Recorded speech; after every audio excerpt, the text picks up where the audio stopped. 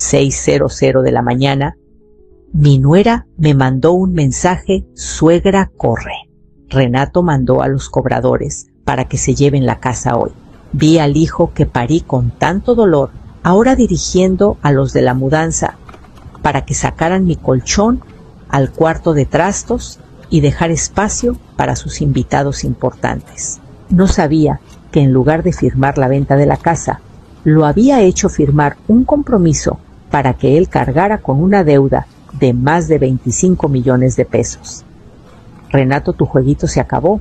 El celular vibró contra la mesita como si fuera una víbora en la oscuridad. Las 6 en punto. Estiré la mano y toqué la taza de té que se había quedado helada desde anoche. La pantalla alumbró con el mensaje desesperado de Paloma: suegra, corre. Renato contrató a unos cobradores independientes para que embarguen la casa hoy. Viene por la escritura. Por favor, sal de ahí ya. No salté de la cama, no grité.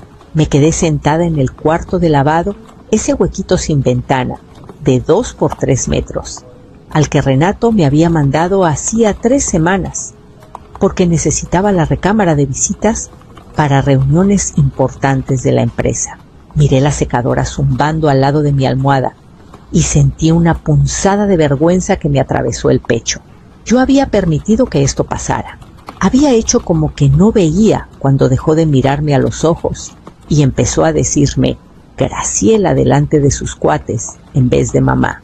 Tenía tanto miedo de perder a mi único nieto que dejé que mi propio hijo me convirtiera en inquilina de la casa que terminé de pagar en el 2004.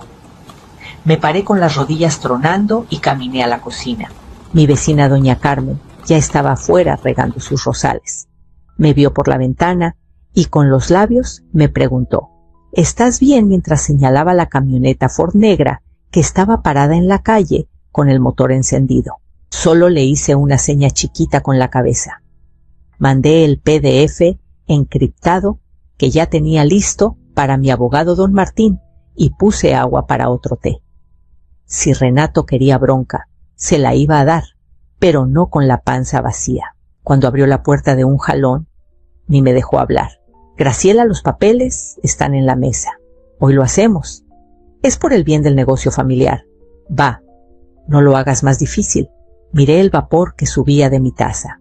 Renato, si esto es por la familia, ¿por qué la primera palabra que sale de tu boca es una exigencia por mi escritura? Si tu empresa está tan sólida, ¿para qué necesitas el historial crediticio de una señora de 70 años para mantenerla a flote? No contestó. Solo hizo una seña hacia el porche. El ruido pesado de botas de trabajo golpeó la madera de afuera. 3 pares rítmicos sin prisa. Renato no entró. Invadió la cocina pateando la puerta tan fuerte que pegó contra el aparador y se oyó un crujido. Pasó de largo mirándome y dejó caer una carpeta gorda sobre la encimera de granito. «Fírmalo, Graciela», dijo con esa voz plana de trámite. «Ya tienes 70. No necesitas 4,000 pies cuadrados de culpas y mantenimiento. Vamos a liquidar para salvar la empresa de paquetería». Miré la primera hoja. La deuda no era cualquier cosa, eran casi 26 millones de pesos en créditos vencidos y préstamos puente. Se paró encima de mí, tapándome el sol de la mañana con su sombra, esperando que yo fuera la mamá sumisa que había estado entrenándome a ser todo el año pasado. Sentí un hueco enfermo en el pecho, un dolor físico de arrepentimiento. Meses atrás había visto las alertas de tarjetas. Había notado los cargos de miles en boutiques caras que seguro no eran para Paloma, y me quedé callada diciéndome que no más necesitaba un empujón. Mi silencio no había sido bondad, había sido gasolina para su soberbia. Jalé la carpeta hacia mí, con los dedos firmes, aunque el corazón me latía en los oídos. «Sigues diciendo que esto es por la familia», Renato, le dije mirándolo a los ojos. «Pero si esto nos beneficia a todos, ¿por qué el notario está esperando en una camioneta negra, afuera, en vez de tomarse un café con nosotros? Y si estás tan seguro de que puedes pagar, ¿por qué tienes que despojarme de lo único que me queda, en vez de usar el patrimonio de tu propia empresa? La cara se le puso roja de coraje. Se acercó más y bajó la voz a un siseo. Porque tú estás estable y yo estoy creciendo. Así funciona esto. Justo entonces sonó el teléfono de la cocina. Era Sara, mi antigua compañera del despacho. No se anduvo con rodeos. Graciela, revisé los RFC que me mandaste. Tu hijo no solo está endeudado, lleva meses desviando fondos de tu Afore a una cuenta offshore privada. Renato quiso agarrar el auricular, pero yo lo quité de su alcance. Tomé la pluma fuente pesada que él había traído comprada con mi dinero y la puse sobre la línea de firma. Sentí su aliento ansioso en el cuello. Dejé que la tinta se juntara en la punta, pero no la toqué al papel. Paloma entró a la cocina justo a las 7:15, con los ojos rojos, como si hubiera llorado toda la noche, y agarrando la bolsa del pañal tan fuerte que los nudillos se le pusieron blancos. Ni siquiera miró a Renato, que seguía rondándome como sopilote. Caminó directo al mostrador, sacó un recibo arrugado de un hotel en el centro de Guadalajara y lo puso plano junto a mi té ya frío. Encontré las transferencias. Suegra dijo con la voz temblorosa pero clara. El mes pasado no pagó la hipoteca. Mandó 250,000 pesos a una cuenta privada de una tal Vanessa. La cara de Renato pasó de roja a un blanco enfermizo. Se lanzó hacia el papel, pero yo puse la mano encima primero. Sentí una náusea que me subió hasta la garganta. Había visto a Paloma ponerse más flaca estos últimos meses, usando siempre las mismas 3 mudas, mientras Renato se compraba zapatos de cuero italiano nuevos y yo no dije nada. Me convencí de que era puro estrés de pareja, porque tenía pánico de que si abría la boca, Renato se llevara al nieto y se mudara a otro estado. Mi cobardía la había dejado a ella también en la calle, igual que a mí. Renato se volteó contra ella, con un gruñido bajo y peligroso: «Cállate, Paloma. No entiendes cómo funcionan los negocios de alto riesgo. No te metas en lo que no te importa». Lo miré de verdad, viendo al extraño en que se había convertido. Si esto es por nuestro futuro, Renato, ¿por qué Paloma se entera de un hueco de 250,000 pesos por un recibo arrugado y no por ti? Si somos un equipo, ¿por qué ella está aferrada a la bolsa del pañal como si fuera un escudo mientras tú intentas vender el techo que cubre la cabeza de tu hijo? No tuvo respuesta. Solo la miró con un desprecio puro, como si fuera un electrodoméstico descompuesto que ya no servía. Justo en ese momento sonó el teléfono fijo.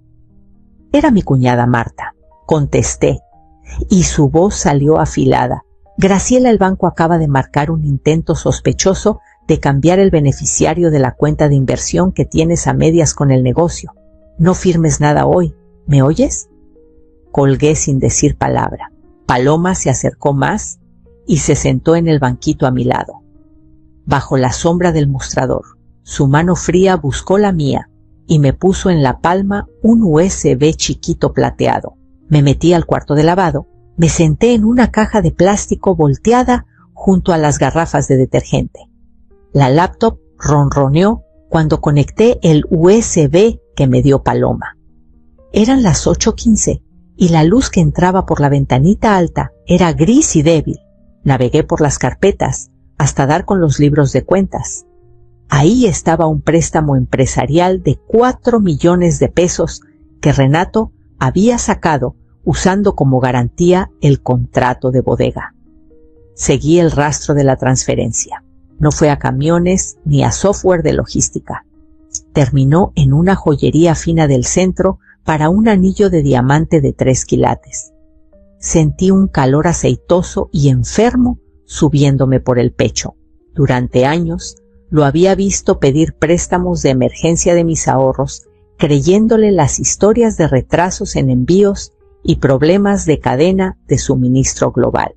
Había estado tan desesperada por ser la mamá comprensiva que me convertí en su mayor cómplice. Miré el tendedero con los calcetines chiquitos de mi nieto y sentí un remordimiento filoso. Había estado tan ocupada protegiendo el ego de Renato que dejé completamente desprotegido el futuro de este niño. Escuché a Renato paseándose en el pasillo, sus pasos pesados, haciendo vibrar la puerta delgada. Graciela, ya llegaron los de la mudanza. No seas terca, piensa en la herencia de tu nieto, gritó. Abrí la puerta y lo miré. Renato, si tanto te preocupa la herencia de mi nieto, ¿por qué gastaste 4 millones de ella en un diamante para una mujer que ni siquiera lleva su apellido? Si esta casa es un sacrificio por la familia, porque tú eres el único que no pierde nada ni parpadeó. Solo checó su reloj, un Rolex de más de 100,000 pesos, que ahora sabía que no había pagado. Mi vecino Don Chuy asomó la cabeza por la puerta trasera. Vio el desmadre y luego miró a Renato. Graciela, vi que esos cuates ya estaban cargando el escritorio de caoba de tu difunto esposo al camión. ¿Quieres que llame a la policía? ¿O que Renato lo espantó con la mano diciéndole que se metiera en sus asuntos? No dije nada. Solo vi cómo el camión blanco enorme empezó a retroceder despacio por la entrada con el bip, bip de reversa, sonando como una cuenta regresiva. La rampa hidráulica bajó con un chirrido metálico que parecía puro aviso. El ruido de los de la mudanza, arrastrando el escritorio de caoba de mi difunto esposo por el piso de madera, sonaba como cuchillo raspando piel. Me paré en la puerta de la oficina viendo cómo la madera se astillaba contra el marco. Renato ni se inmutó por el daño. Soltó una risa nerviosa y volvió a checar su reloj. Dije, no fue grito, solo una orden seca que hizo que los dos grandotes se detuvieran y se miraran. Renato se me acercó con cara de urgencia fingida. Mamá, la casa ya está en el sistema. El comprador ya está liberando fondos. Dame nomás el código de la caja fuerte para sacar la escritura original y las joyas. No hagas escándalo delante de la gente. Sentí una náusea pesada. Recordé cuando compramos ese escritorio con Arturo en el 85. Nos costó 90,000 pesos de entonces, una fortuna que ahorramos 3 años. Había dejado que nuestra historia se tratara como basura porque tenía miedo de ser la mamá mala. Miré a Renato y entendí que todos estos años no lo había estado protegiendo, lo había estado financiando para que me traicionara. Pasé junto a él hacia la caja fuerte de hierro que estaba detrás de la librería. ¿Sigues hablando de vender la casa para salvar el negocio?, Renato, dije, mientras mis dedos flotaban sobre el teclado. Pero si es una venta legítima, ¿por qué me pides el código de una caja que nunca has ayudado a mantener? Si esto es para asegurar a la familia. ¿Por qué lo único que te interesa es la cajita que tiene el reloj de oro de tu papá y mi fondo de emergencia? No contestó. Solo se inclinó sobre mi hombro, oliendo a café rancio y desesperación. Uno de los de la mudanza, el que traía placa de Ricky, escupió chicle en una servilleta. Señora, tenemos horario. ¿Abre esto o nos llevamos la caja entera al camión? No pestañeé. Tecleé 1208. Era el cumpleaños de su papá, 12 de agosto, fecha que Renato no había mencionado en más de 10 años. La cerradura hizo clic con un ruido grave. Abrí la puerta despacio. Renato me empujó y se lanzó con los ojos brillantes de codicia hacia la carpeta azul gruesa que estaba al fondo. Su mano se congeló en el aire cuando vio que la carpeta no tenía la escritura que esperaba. Renato se lanzó sobre la caja fuerte barriendo con la mano una cajita de mis joyas viejas para agarrar la carpeta azul gruesa. La abrió de un jalón, pero en lugar de la escritura limpia y elegante de la casa, una pila de notificaciones legales amarillas brillantes se desparramó por el piso. ¿Qué es esto? ¿Dónde está la escritura?, gritó con la voz quebrada, mientras se agachaba a recoger los papeles como loco. Yo no me moví. Solo señalé el documento que él mismo me había obligado a firmar ayer en la mesa de la cocina mientras Paloma estaba fuera con el bebé. Yo había cambiado las hojas cuando él se distrajo contestando una llamada de su amante. No había firmado una transferencia de propiedad. Había firmado un acuerdo de asunción de deuda corporativa. Con su garabato, en esa última página, se había atado legalmente a los más de 26 millones de pesos en deudas vencidas del negocio, protegiendo mi casa de cualquier embargo.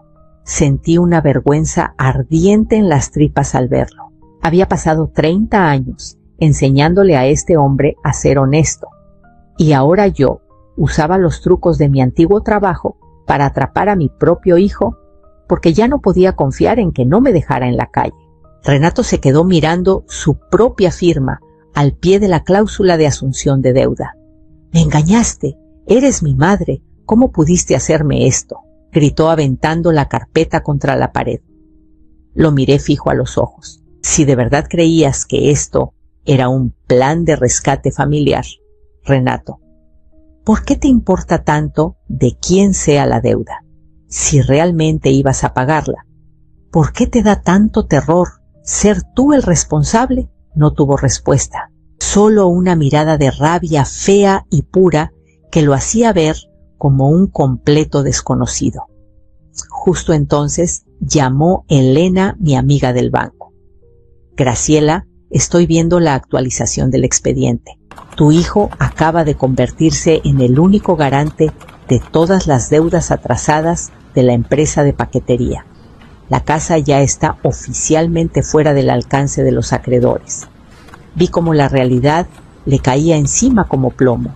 Se dio cuenta de que no solo había perdido la casa, había duplicado su propia ruina. Escuché el crujido de llantas en la entrada. Un sedán negro elegante se paró detrás del camión de mudanza. Don Martín, mi abogado, bajó del auto con un maletín que parecía llevar sentencia de muerte.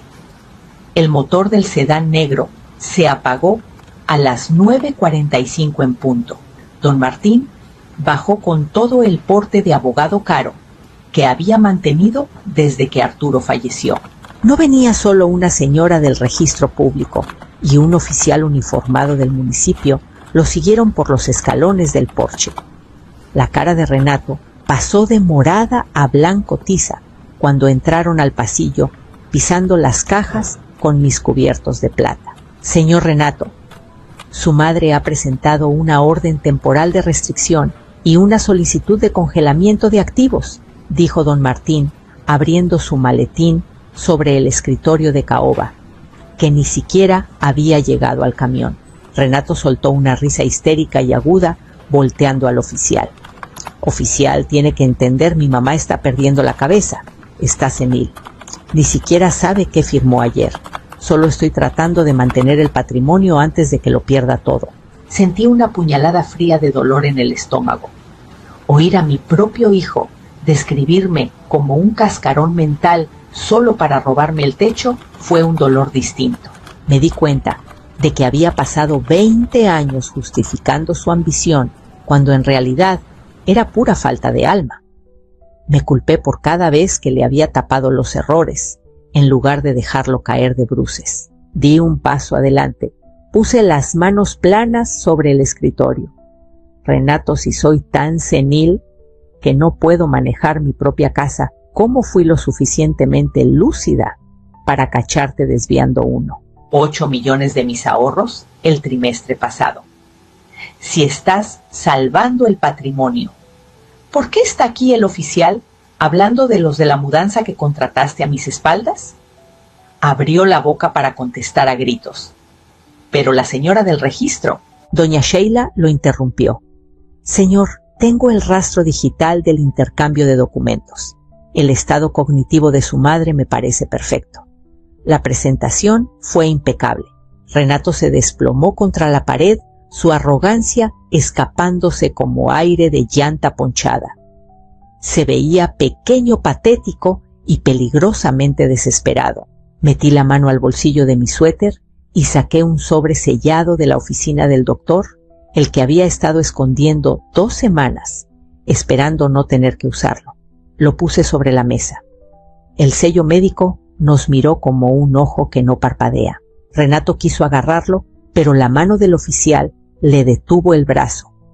Arrojé la carpeta color crema sobre el escritorio de caoba, justo al lado de las manos temblorosas de Renato.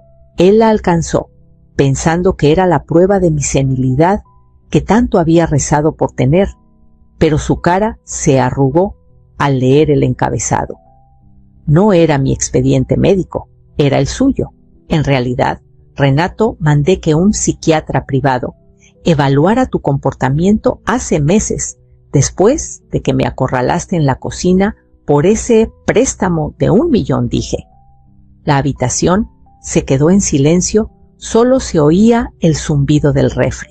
El informe era detallado historial documentado de rabia narcisista, mentiras patológicas y grave inestabilidad financiera. Sentí un nudo enfermo y pesado en el estómago al verlo leer.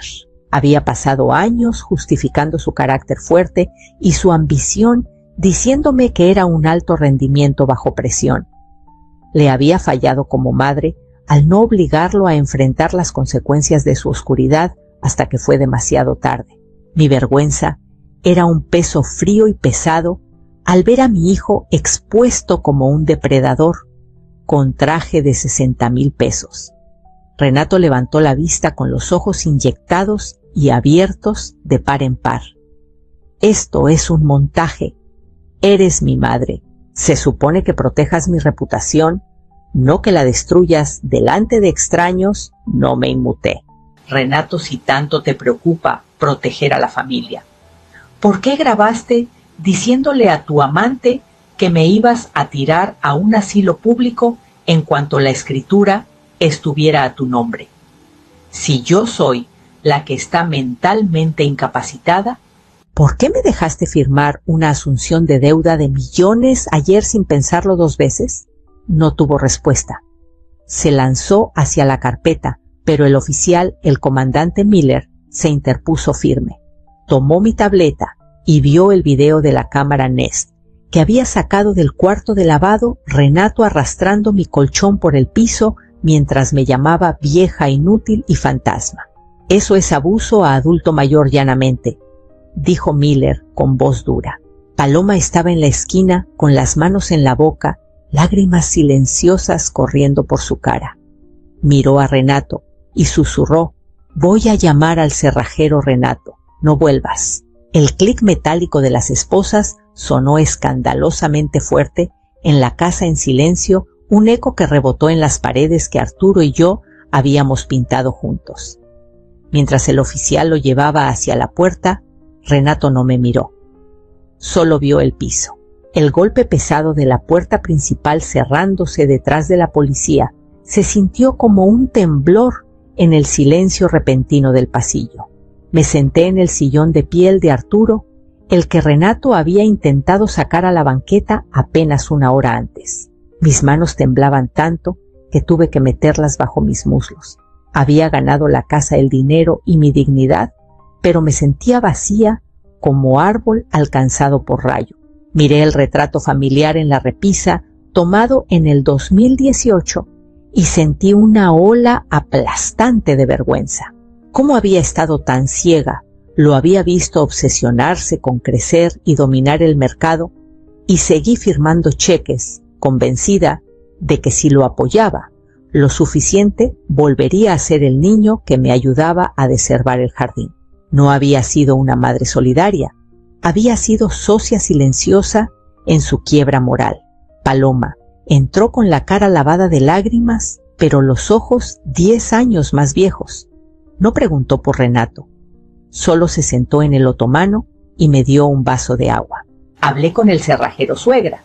Viene a las 2 para cambiar todas las cerraduras de la casa, dijo. Asentí, saqué mi chequera del suéter y escribí un cheque por 1 millón de pesos, una parte del fondo de emergencia que Renato no había alcanzado a encontrar, y se lo empujé.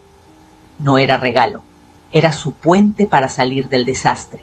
Si Renato realmente trabajaba por la familia, Paloma, ¿por qué te dejó con tarjetas al límite mientras compraba botellas de whisky de 15,000 para los amigos de su amante, si somos un equipo? ¿Por qué tu nombre fue el primero que quiso tirar a los acreedores? No contestó. Solo dobló el cheque y lo guardó en su bolsillo con un asentimiento serio y decidido. Mi prima Marta apareció en la puerta de la cocina con una bolsa de basura llena de corbatas de seda caras de Renato. Estoy tirando esto a la basura, Graciela. ¿Los Rolexes también van ahí o los llevamos a la casa de empeño?, preguntó con voz plana y sin sentimentalismos. Le dije que hiciera lo que quisiera. Me paré con las piernas de plomo y caminé al cuarto de lavado una última vez. No quería estar en esa casa hoy. Agarré mi maleta azul Samsonite, la que había empacado en secreto 3 noches atrás cuando empezaron las amenazas. Revisé mi pasaporte en el bolsillo lateral sabiendo que el taxi llegaría en menos de 20 minutos. El sol de la tarde en París se sentía distinto al gris húmedo de Guadalajara. Estaba en el balcón de un hotelito boutique en la Rue Claire, viendo a la gente pasar con baguettes y flores. Era 18 de marzo y por primera vez en una década no despertaba con una llamada frenética o una exigencia de dinero. Renato se había ido. Según el último reporte de don Martín, la empresa de paquetería se había liquidado para pagar los 26 millones de deuda que él había asumido oficialmente, y su amante desapareció en cuanto le quitaron el Mercedes.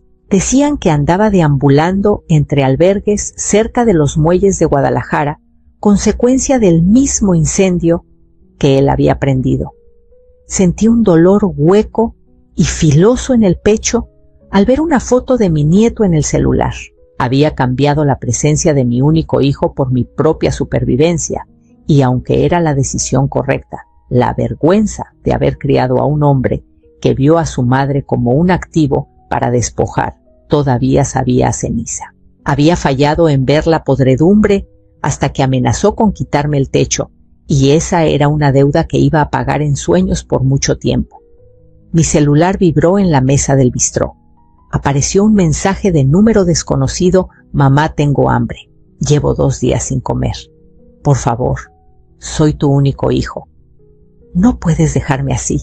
Miré la pantalla, luego mi copa de Bordeaux que acababa de servirme.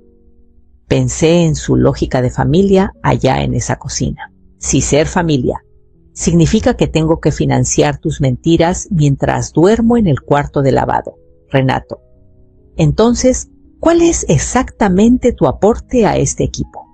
Si eres mi único hijo, ¿por qué para ti yo era solo una firma en un cheque? No escribí respuesta. No le di sermón. Solo le di me gusta a su súplica, un reconocimiento silencioso final de que existía, y luego lo bloqueé. Un mesero llamado Jean-Luc se acercó a ver cómo estaba notando que mis ojos pasaban del celular al horizonte. Todo a su gusto, Madame preguntó, acomodando la sombrilla. Solo asentí y di un sorbo lento y callado al vino.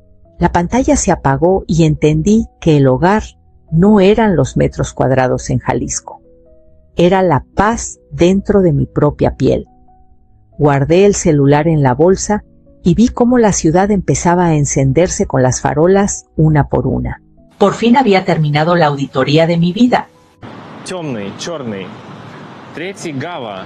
Кава. Это река. Мегуро, это так называется район, и, собственно, сама река тоже так называется. Мегуро-Гава. Мужики будут на фестивале? Желательно голые. Наверное, нет.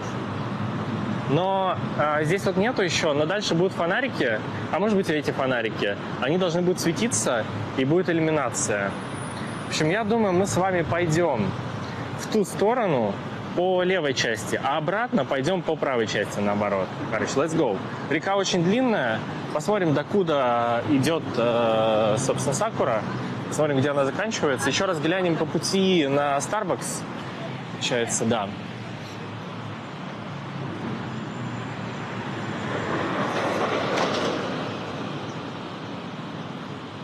такой мелочи загоняться. Я надеюсь, это не про рейд было сказано, потому что я свои позиции обозначил, что это не конкретно к данной ситуации применимо, а в целом применилось ко всему каналу, потому что я просто осознал, что это может быть геморным, более геморным, чем выгодным. Если человек скажет мне, что я там стримлю, в личку, например, напишет в ТГ, я там стримлю, не против помочь там мне туда-сюда, то это уже другой вопрос. Можно будет и без наград за баллы там человека зарейдить, если человек постоянный зритель там приходит и общается в чатике. Я не против, я говорю. Я, наоборот, предпочитаю помогать людям. В том числе и Лилу, я ему, конечно, думаю, вкину рейд рано или поздно, просто не так уже, не за баллы, чтобы не считать себя там обязанным что-либо сделать в конкретный момент. Прикрути на бусте, чтобы можно было использовать советскую карту МИР. Это не я не решаю, ребята, это решает сервис Boosty, к сожалению. То есть, как на сервисе настроено, так оно и настроено. Я не могу ничего с этим сделать, к сожалению.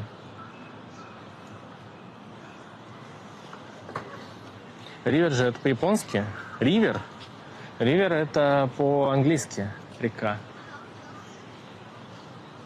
Черный глаз. Ну да. Если переводить названия районов, это иногда смешно бывает. Например, Шинджуку это типа новый город, по-моему, переводится. Или как-то так, типа новый район. Что-то типа того. Там Мегура, получается, черный глаз. Что там еще есть? Какие прикольные районы? Икебукуро. Вот не знаю, как Ики, но Букуро, Фукуро, это пакет, типа. Что-то, наверное, связанное с пакетом как-то переводится. Короче, лучше не переводить названия районов, ребята. Оставим это японцам.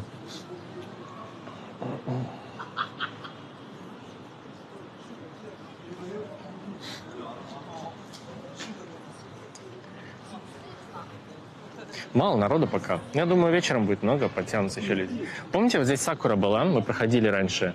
Она уже все, это уже опало. Это была ранняя сакура, а это вот сейчас цветет, нынешняя. И заметьте, вот сейчас я найду место получше, где сакура попышнее. Я покажу вам цвет сакуры. Она нифига не розовая. В момент цветения, на пике ее цветения, она белая.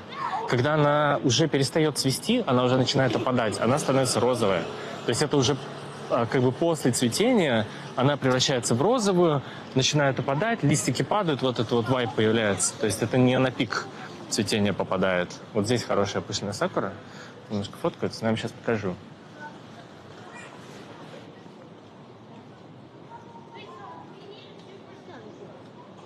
Вот, заметьте, она вообще не розовая, она белая. Икепрут же. Вот я думаю, что Икепрут надо на Канзе смотреть.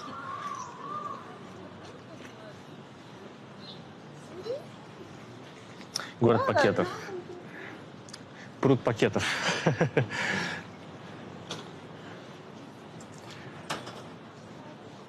У нас, ребят, на Бусте сейчас идет голосование за аниме, которое мы будем смотреть на стриме на Бусте. Кому интересно, тоже обязательно загляните, проголосуйте, если вы планируете.